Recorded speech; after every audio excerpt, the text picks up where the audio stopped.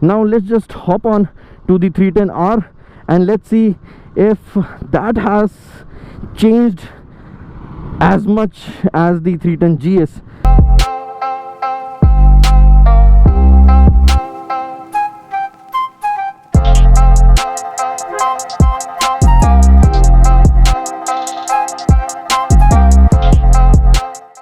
So again, great styling, great headlamp, you know, it gives you an aggressive look.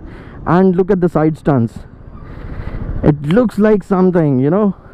And it still have those old Michelin tires, and I think it's gonna give me really good grip here.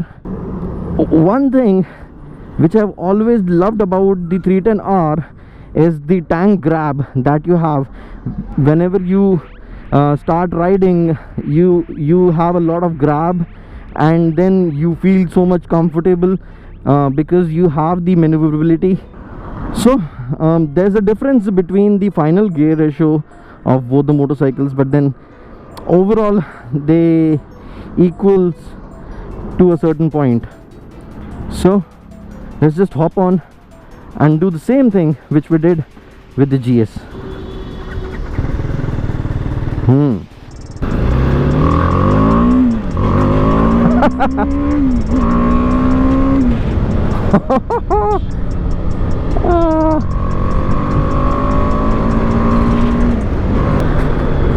This is so much like the scrambler stance, although the suspension is not like the GS. Obviously this is a street bike. Wow!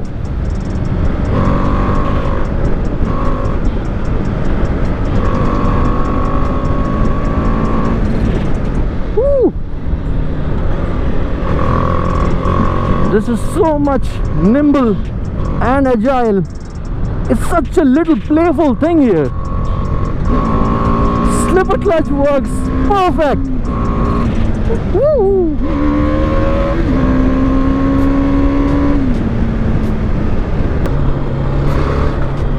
So smooth. It still feels so mechanical. Whoa!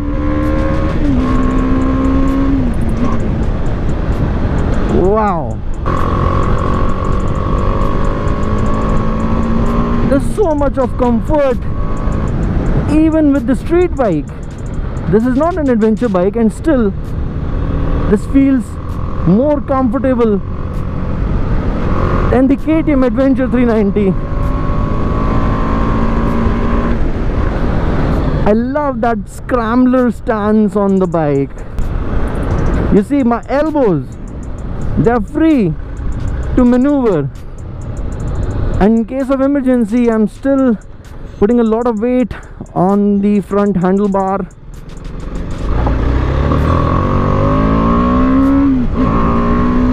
Which is actually helping me gain more traction on the road while braking. And the exhaust note, it's not too loud, but it is so sweet. 2 gears down, no problem. On the corners, doing good 80 kilometers an hour, and still so much stable because of that suspension. I am not going to do an unnecessary comparison between the KTM and the BMW. Obviously KTM is so much quicker because of the bigger engine, more power, and also the racing feel added to it, and also that is lightweight. But it is all about pure fun while riding the bike. I own a KTM Duke 390 2014 model, and that is hell quick for sure.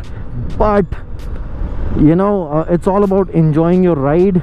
If you want to be comfortable and you want to enjoy the views around you rather than, you know, racing with people on the street, I think BMW is the right choice. This thing costs only 2.45 lakh at showroom now, with those beautiful red alloy wheels and this paint scheme.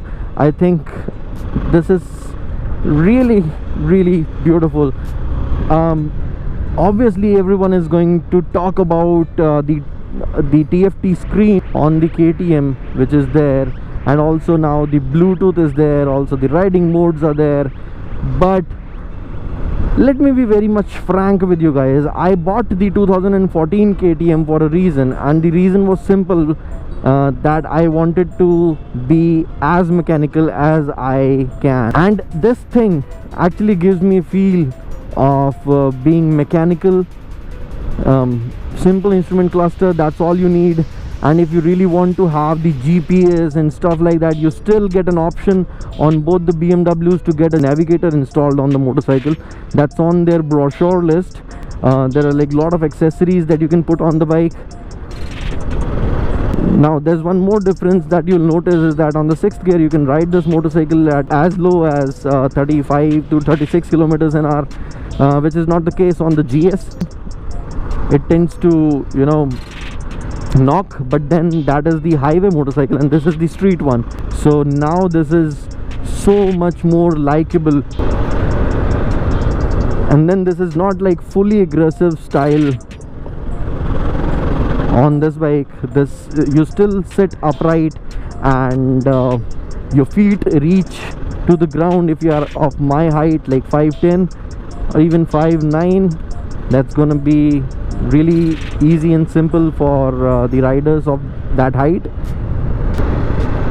The subtleness in the corners is so good. When you're going, dipping into the corners, this is smooth. The suspension is not too hard for your back.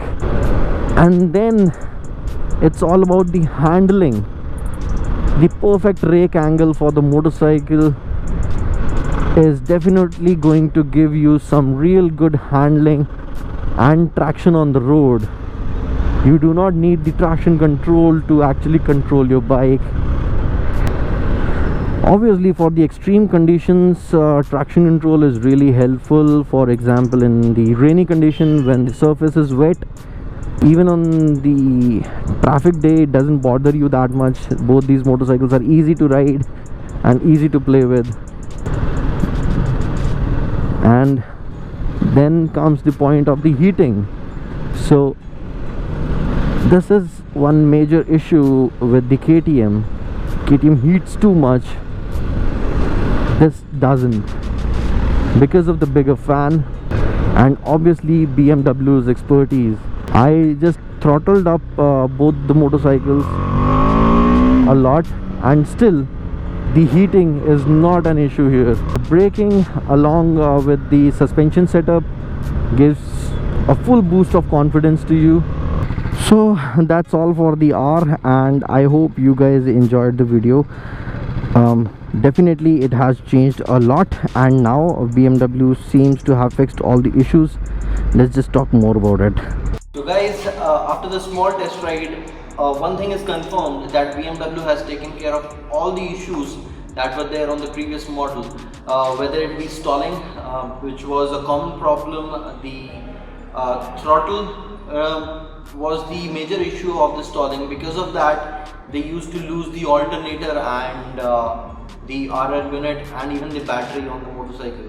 So it was a long issue. And the second thing, slipper clutch, it has made a lot of impact on the motorcycle, and now this feels so good to ride. Third thing is that the suspension, the front suspension.